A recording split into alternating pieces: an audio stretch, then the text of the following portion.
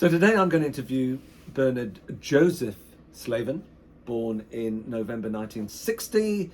He was a former professional striker, footballer, for 16 years in the professional game from the age of 18 to 34. He scored a magnificent 201 goals across 530 league games, enjoyed many successes. Obviously also, as most human beings do, with the highs come some lows. So attempted to talk about some of those things. Clearly there's an awful lot to talk about that we couldn't get through, but hopefully this gives you a nice flavour of Bernie Slaven, the man, the footballer, the philosopher. Joseph Slaven. Wow. Born 1960. Hard to believe. It is a former professional football striker. He scored 223 goals. That's wrong. You've been on that Wikipedia again, ain't you? Oh, for fuck's sake. 201. Really? No, you're praising me more, but no, 201 professional goals. Okay, well, let's take a couple off. So where did they get these extra goals from, I'd like to know. And by the way, we'll cut the swearing bit. In 567 league and cup appearances. I'm not too sure on that, man. I only counted goals. No, it's fine. That's fine now. That's good. But indicatively, over that's a lot, isn't it? Well, it is, yeah. Well, I think the majority of my games was in a 10-year period. Right, Some guys have got a 15-year career. Yeah. Mine didn't really kick off till I came to Middlesbrough. So. Well, I've got 18-year career here, so... Yeah, well, you probably include my school years. Yes. Well, yeah. That's part of the appeal when you're not a football, out-and-out football fan. Yeah. Well, and that's why we're doing this, isn't it? Clearly you can tell straight from the off. All right, I made the people listening and watching and be going... And maybe it would have been better to have asked you in the first place. And you earned 7 caps for the Republic of I did Ireland. that's true, yeah, I did, yeah. Yeah, but enough to say that is a pretty illustrious footballing career at anybody's... I think when I came from Glasgow, Simon, as a totally unknown, I'm not saying I'm known now, but I was totally unknown. The fee was 25 grand. I mean, they're getting that just for going to training daily. And my ambitions were, because I was part-time football in Glasgow, I'd never sampled full-time football. Right. I played with Morton, through at Greenock, I played with Elgin Rovers, and it was part-time. So all of a sudden, to come to Middlesbrough, full-time football, so sampling full-time football was a big thing for me. Yeah, sure. And I had to adjust. It took me months to adjust, the everyday training, because I was only training twice a week in Glasgow. And then my ambitions were to play in the top flight, to play at Wembley, to get international recognition, and obviously to succeed. And I think I ticked all those boxes. Everything I wanted to do, I achieved at Middlesbrough in an 8-year period. So yeah, great. And as I've got to know you, I know you as in part a footballer, but more as just a local guy, a neighbour of mine. Yeah. And we do all sorts of great things together. Yeah. But actually, have got nothing to do with football. And I think that's part of the appeal. I mean, I remember my missus. She's now my wife. She was my girlfriend, partner, whatever you want to call her, and you were there at the wedding over in Portugal. That's how close we are. But I remember my wife was doing yoga in the village we live in. Don't want to give too much away, and she says, "Oh, there's this guy struts in every week, looks mad. Do you want to come? Really? No, not to see you, just to come to get a bit looser and more agile or whatever." And I says, "All right, I'll come along." And I remember, I don't know what you look like, and I remember seeing this guy walking in, fairly erect style of walking, unlike me. I walk like a monkey. Walked by me, and he had this swagger and this, and I thought, I bet that's him, and it was you. Yeah. And I was attracted, not in a sexual way. Yeah. I was attracted to you because you're different. Right. And I'm attracted to people who's different, and that's the biggest compliment I can pay you. Well, thanks for that. And some interesting words about erect and attractive. You don't have to dwell on that. So, Bernie, I want to go back to the beginning if I can, but maybe first, you're a Catholic, yeah? I'm a Catholic, yeah, practicing. But when you say practicing Catholic, I still say my prayers. Well, I didn't. No, but I but I'm just correcting you. Years ago when you were a kid, it was go to chapel or church and say your prayers. Well, I still say my prayers. I'm still very religious. I pray on a daily basis. I don't mean I get up in the morning and kneel down the side of the bed. If I'm walking my dogs, I can have a 20-minute spell where I'm thinking of people who's no too good or... Yeah, sure. So I'm a religious person, and I took that through my footballing career. No, and I think that's really important. Of course, you've met the Pope as well, which he met me. Highlight. Yeah, and that was Pope John Paul. Yeah, So he had an audience with you. You didn't have an audience with The him. one thing he let me down, and I was a big fan of Pope John Paul. He's only saint, you know, in the Catholic Church. And the only thing he says when I met him through the Republic of Ireland, we played there in the World Cup and met the Pope, and he always promised me he'd come through at the tall trees and come through and see me, but he never turned up. Really? What, in his robe? Yeah. Whatever he was going to wear, I was cool with that. But coming to the tall trees, me and the Pope John Paul in Elsbar and Macmillan's old tall trees would have been something. Well, I must say that's a bit more of a stretch than the meeting I thought you'd had with him. But no matter. So I was just curious because the question I wanted to ask was. I need to take a talk because it's very yeah, long. please do. Yeah. So the question I wanted to ask is: were you born as a result of an immaculate conception, or was it as a result of just hanky panky with your mum and dad?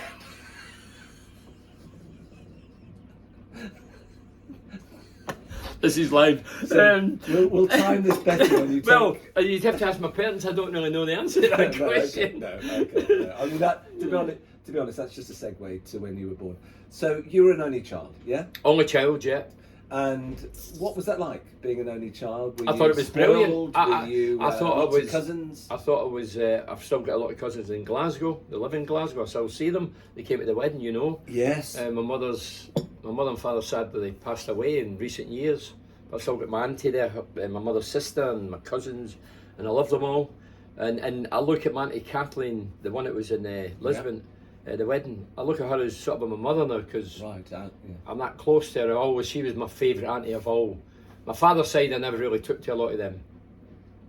They were a different sort of a breed, probably tougher, and Kathleen's gentle and nice and cool, whereas my father's side was all nuts. And your mother Alice, Ma, was she the same? Was she the same as Alice, or? No, totally different. My mother, when I say my prayers, I thank God for what I've got now. And I've got I think I've got a bit of my dad's personality. I think I've got, without my dad I wouldn't have made football. I wouldn't have been a football, I'd have walked out in the game. And my mother, I've got her opinion, strong opinionated, strong. Really? Yeah, so I think that every day that I've got, obviously you get bits, good and bad traits off your parents. Well, my mother's is the opinion for sure. I'd like to talk about the opinion thing because you have strong opinions and you're quite vocal about them from time to time, and that's important to you because that's who you are as a person. But I mean, just going back to when you were a child, were you very much somebody that kept themselves to themselves, or did you have a big group of mates? No, I'll be honest, growing up in the tough council estate in Glasgow, it was called Castlemilk. There was Castlemilk and a place called Easterhouse was known as the two most corrupt, rundown places in Glasgow. And me being an only child, my father, look, he never spoke about, he wasn't a big drink, never seen my father drunk. Yeah. But he was always, if you want to be a footballer, as a kid, if you want to be a footballer, you need to stay off a drink, don't touch the drugs, don't be sniffing glue, stay away from your mates, and if I find out, then you're going to get the belt. And back then he used to belt me. Yeah. Now you would be taken to jail for that, but I love my father. I didn't like it at the time. He very seldom belted me. I mean, pull your trousers and belt your ass. He used to do that. Maybe happened 3 occasions, but that's because I was late coming in, or I'd been seen with the wrong crowd, or had done something wrong at school. He would let me know that you don't do that, and he tried to keep me on the straight and narrow. So I guess, you know, the challenge was for him to make sure that you could have gone up a completely or for you not to go up a completely different route, which is, I guess, living in an environment like that, there's going to be a lot of temptations, a lot of pressures. Without a doubt. But going into potentially a life of crime, perhaps. Oh, two of my mates, teenagers, died early doors with drugs. Did they? Yeah, 2 of them. A guy called Thomas Scott. And the other one was Dennis Finlay. Those 2 passed away at a tender age. I mean, when we get 15, 16, we sort of split ways anyway. But then I heard that he'd passed away. So what saved your life then? Was it my father? Football, or was it just your dad? No, I think my father first and foremost. I mean, I don't drink. People still say, if I go out socialising, even now, oh, he's pissed, he's this, he's that. I've never drank. I know, I've noticed this. And my late father drummed it into me as a kid. He says that he used to say to me, and I've repeated it to my 2 sons. He used to say, look, if drink was good for you, he says, I've got plenty of time, I've got money, because he always had a job, I've got money, I could go and get lashed every night, or piss, whatever you want to call it. Yeah. He says, but I don't. But then he advised me not to drink, which I've not. For 60 years I've never drank. But then as I got older, he sort of let me know the reason that he'd put that in my head is because his father was an alcoholic. He had, he actually, I think his father, well, he told me his father hit his mother. Yeah. And my dad was fairly tough by all accounts. He never spoke about it, but some of his mates, as I got older, told me that. And he set about his father, sent him back to Ireland, never seen him again. So that's the reality. And one of his brothers was an alcoholic. Because now and again I used to see my dad getting dressed in his day off, and he used to take a big black plastic bag, clenny bag, head off, didn't drive, so he'd had to go on the bus. And unknown to me when I was younger, he was giving his brother clothes and a few quid to try and lift his morale and that. So yeah, my father was he was a thoughtful guy, not just to me, to everybody. And I like to think I've took a bit of that on as well. So obviously a tough guy, and maybe shaped by his upbringing in But the I thought he Gorbals. came for the notorious Yeah, Gorbals. exactly, which had a hell of a reputation. I'm not going to say all bad, because No, obviously it had a strong community feel. Yeah. But I guess he had to somehow work his way through that, navigate his work through that. Did you find that he also had, as much as he was quite stern in some ways and focused on how he wanted you to live up to certain standards, was he also soft? Was he capable of expressing his love to you? Yeah, he was. I sat in his knee till I was about 16. He used to say, for fuck's sake, Bernard, get off my knee, will you? You're 16. Yeah. I loved him. You know what I mean? I adored him. Yeah. Is that why you try and get on my knee now? Or is it not? Yeah. I can achieve that better than my dad. I bet you a kite. You're a fit lad. No, yeah, he was just, he always says to me as a young kid, never go up the hills on your own. There was Cathkin Braes, like here where we live, hills and beauty, and I used to love going up there. And he used to take all the lads. He'd finish work, he worked for the co-op, he'd finish the work, he'd come home and say, right, let's get all the lads together and take us all up the hills. Not just me, there was about 20 odd. Yeah. And he used to be in charge of the games and who's got the ball and the kick-off and the time. And he'd done that for years and years. So it wasn't just to me, but that was part of my growing up, and I loved it. And as an 11-year-old kid, they promised me, Celtic played Leeds United, and they promised me to take me to the European final, age 11, to a council estate. Celtic disposed of Leeds and played Feyenoord and Milan, and he kept his promise and took me. As I got older, he says it was a nightmare. All I did was cry, moan and groan. Why was that, do you think? Because I could probably see some of that about maybe your homesickness when you went and played for teams that were some way away from home. Yeah. You know, were you very much a home boy? You know, without a doubt. I mean, I didn't arrive in Teesside. The first time I was ever really went out of Glasgow, and I was 24. Yeah. And 5 weeks in, I'd trebled my money, which wasn't a great deal, but I'd trebled it compared with what I was doing in Glasgow. I was a professional footballer, something that full time that that was my ambition. And here I was 6 weeks in, not even that. Phoning my father, not for a mobile, there was no mobiles. It was in Linthorpe. There was facing the Linthorpe pub diagonally. There was a phone box. And I went in there, and then I was serious because I was homesick. I was staying in digs, didn't enjoy it. I thought this place was the moon when I come off the train. Phoned my father. I says, all right, okay. And I says, listen, I'm coming home. And he went, what do you mean you're coming home? I said, well, I'm not enjoying it. In fact, I hate it. I'm coming back. And his words were, you ain't getting fucking in here. Really? Just as abrasive as that, and put the phone down. Well, he knew this was the big chance. This was it. Yeah. If he goes, oh, you're not enjoying it, come on back. Yeah. I would have been back, and I wouldn't have had a career. My career would have been over. But he obviously was heavily invested in you. You know, he I was his invested his... Well, I asked him when he was in his deathbed. Like you're asking me questions, I was asking my dad questions. He could still talk then, and I was writing things down. What was the school you went to? What was your family's name? And all this kind of thing. And I said, what was the best thing you ever achieved in your career? And he says, you. Really? So isn't that terrific? Sad. No, it's sad. Really, it's me, isn't it? You know what I mean? Well, yeah. I mean, did you ever challenge him? Were the things that you didn't agree with what he said? Or what he there was one day that I spoke back to him, because back then you weren't allowed to speak back to your father, and he just punched me, and I ended up I got to boxing now. If he was here now, actually I would give you it now. I say something back, and he just punched me one punch, and I was lying in the stairway. I remember getting up and seeing him getting the police. He says, "Get the," and that never happened. Of course, I wasn't going to do that. I read somewhere he was called Hatchet. Hatchet was his What's nickname. that about? It was a joke. Yeah. It was I heard if there was any problems, he would fight, knuckle fight. Wasn't he a hatchet man? Or I used to see in Glasgow. Did you see him with a scar? How tough is he? My dad says, "No, son. If he was tough, he wouldn't have a scar." And he says they that carry tools or whatever are cowards, and I always agreed with that. But hatchet, no. I think somebody mentioned it at one day as a joke, and it sort of stuck. And I was brought up to call him Hatchet. Okay. Well, I thought His there name might was be a Hugh. story there, but, Hugh. yeah. Hugh Shug. But Hatchet, I thought was the more appealing name. So you mentioned Castle Milk. Yep. And quite a tough environment, obviously. Yeah. Well, if you wanted it to be tough, I was Yeah, I surrounded, guess but that- I was involved in it. I mean, everybody, you hope, has choices. And I noticed that Castle Milk has produced some pretty strong, prolific players. They have, and yeah. various others. Did you feel like there were opportunities for you in that environment? Or was it hard to get ahead? No, I think back then the footballing game was rough and ready kids who succeeded. Yeah.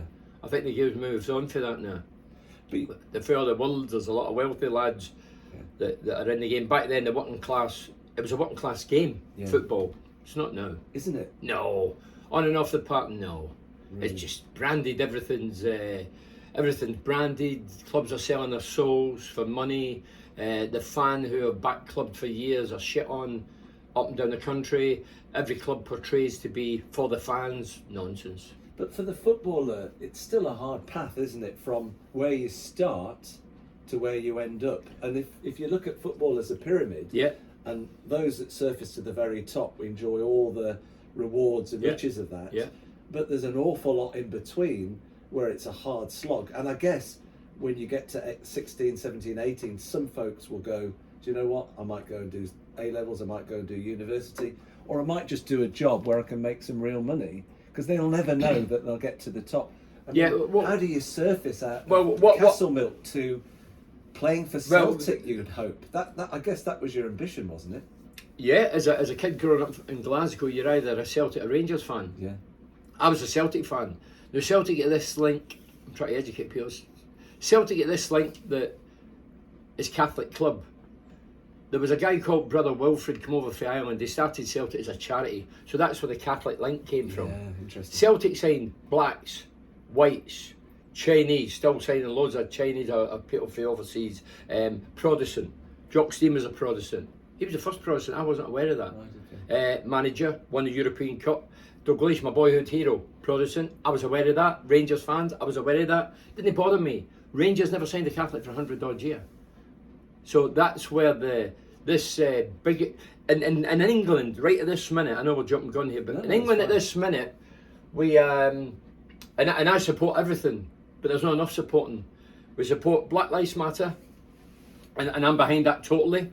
The gay society, I'm behind that as well. And what's the other one? Ukraine. But then I look at, well, hold on a minute, what about things I love? I love animals. Animals get slaughtered every day, and nobody gives a shit about animals. Palestine and Syria, I know I'm getting a bit political. If you walk in with a Ukrainian flag at a football club in England, that's okay. If you wave a Syrian, a Palestinian banner, you'll get fined. Celtic get fined. Celtic Football Club fans get fined. Well, what's the difference? They're all war-torn countries. They're all kids getting blown up left, right and centre. So do we only cherry pick Ukraine? It's an agenda by the politicians and whoever, and that really annoys me. The political aspect in football is ridiculous. Yeah. But going back, sorry, I was taking another No, it's interesting. road there. But as a kid, dare I say, it's a sort of a form of child abuse. Right now, not when I played, I bring you in as a 9-year-old boy. You're playing in the academy, Middlesbrough or Newcastle, whoever.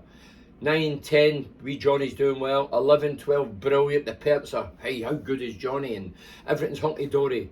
13, see you, Johnny. You've gone. Mentally gone. Yeah. The mother and father are the ones that's left. The club just goes, see you later. And they have to pick up the pieces.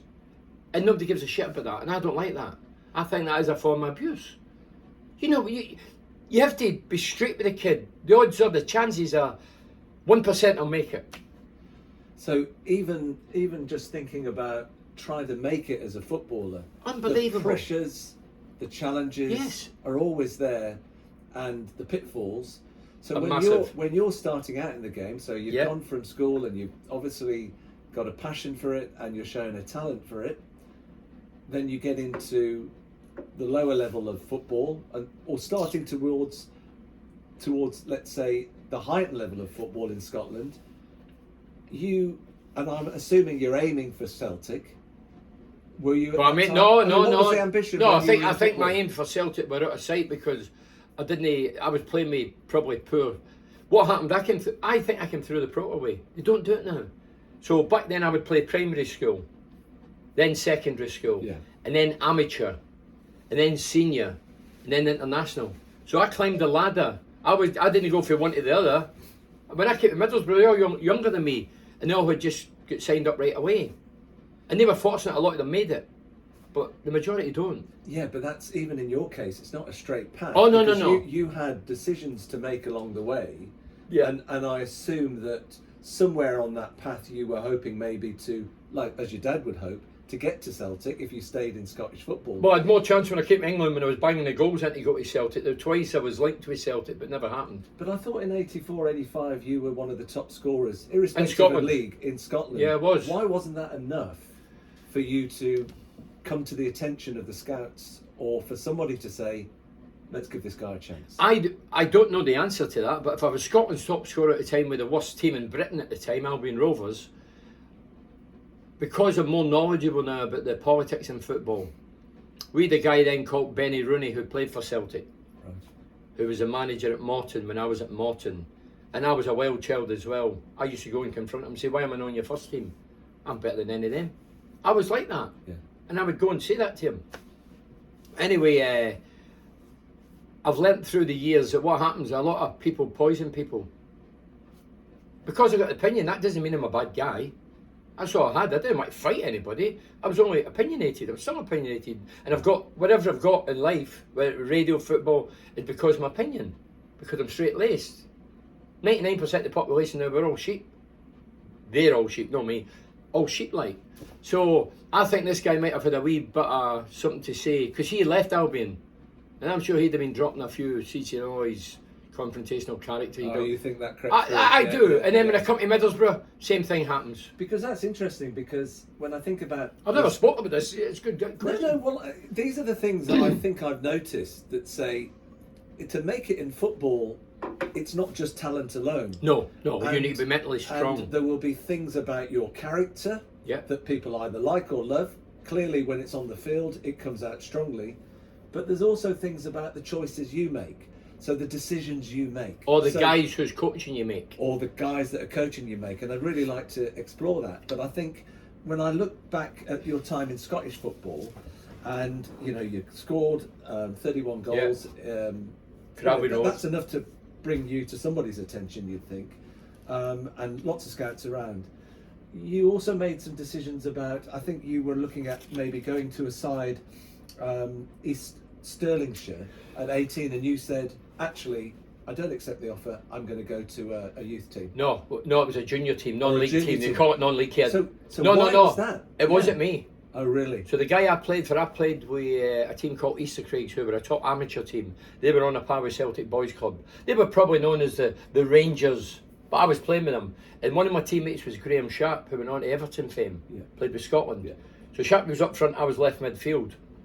And the guy in charge, Bill Livingston, he was the first guy I ever seen me. He had his own plumbing business, but he was always dirty looking, wore an old raincoat, but he didn't even have a belt. He used to have a bit of rope, and he used to smoke the woodbine.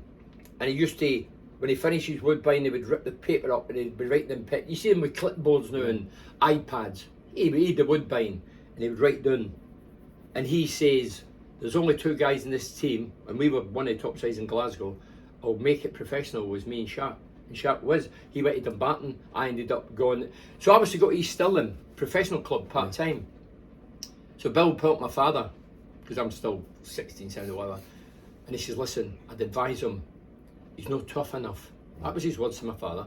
He's not tough enough. Go junior, they call it junior, non-league, like Birmingham St. Anna. Go there, let them learn what it's all about. Fucking hell. I remember I was 4 games in, I get put right out of the Hordens. My father came to see me, thought it was 3 o'clock kick-off, it was a cup game. 2:30 kick-off, I'd been stretchered off, 4 games in. That's how tough it was. I used to wear shin pads at the back as well as the front. Right, okay. Seriously. Yeah, but that's intelligence, isn't Oh, it? well, That's it was like because we're just kicking protecting lumps at yourself me. to get to the next game, to the next game, Because to the next game. back then, all the non-league players in Glasgow were all ex-pros.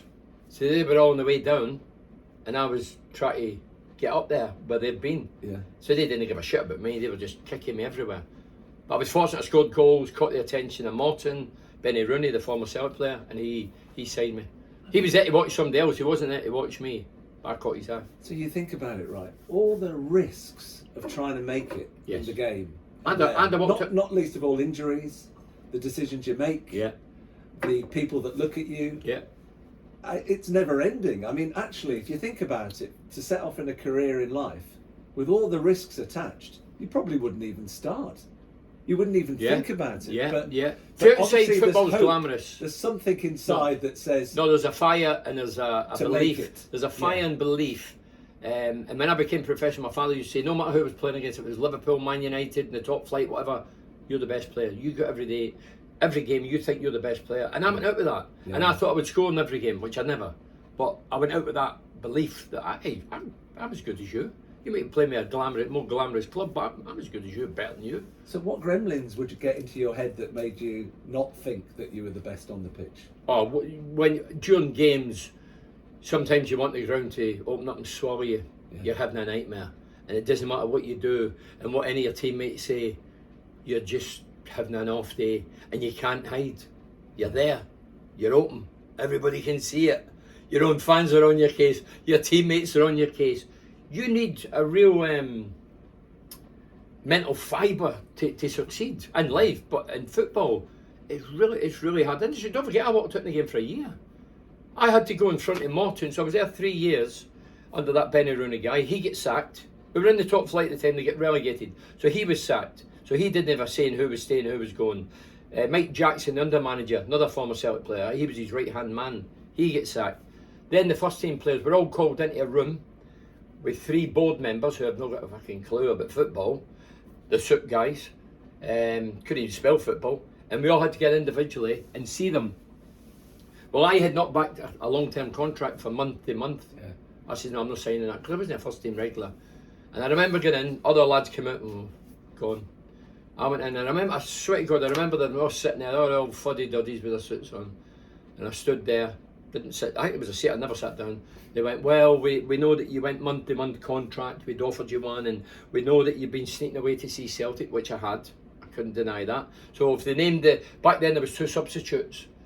So if I wasn't one of the subs, I'd go to the kit man, give me a coat, jump the train back to Glasgow and watch Celtic. Bonkers. And reflection, bonkers. Yeah. I remember I was playing Celtic, and Morton playing Celtic, and I wasn't the team. And I went and stood with the Celtic fans. And I was a Morton player. I put my hood up, disguised myself in case anybody did recognise me, which probably they wouldn't have. So, bonkers. You're quite a maverick, aren't you? I mean, I'm different. if you towed the line and didn't upset people along the way, perhaps, it might have been a straightforward, smoother ride to the top. I'm not suggesting that because no, it's a what you're great deal saying's to be right. proud of. But the guy Benny Rooney, I remember playing a reserve game, and he's not the reserve manager. You've got your manager for reserve football, and I did okay in the first half. Anyway, he comes down to the stand, and he's hammering me, and I'm thinking, you ask any player, you do your boarding, you know if you have a good day or bad day. Oh, yeah. I'd done all right here, and he hammered me. But he said, if you don't get your finger out, you're coming off. Second half, well, he gave me 5 minutes, took me off, and I remember taking my shirt off and I hit him in the head with it, wrapped it round his head, threw it at him, he came in, pinned me against the wall. That was it.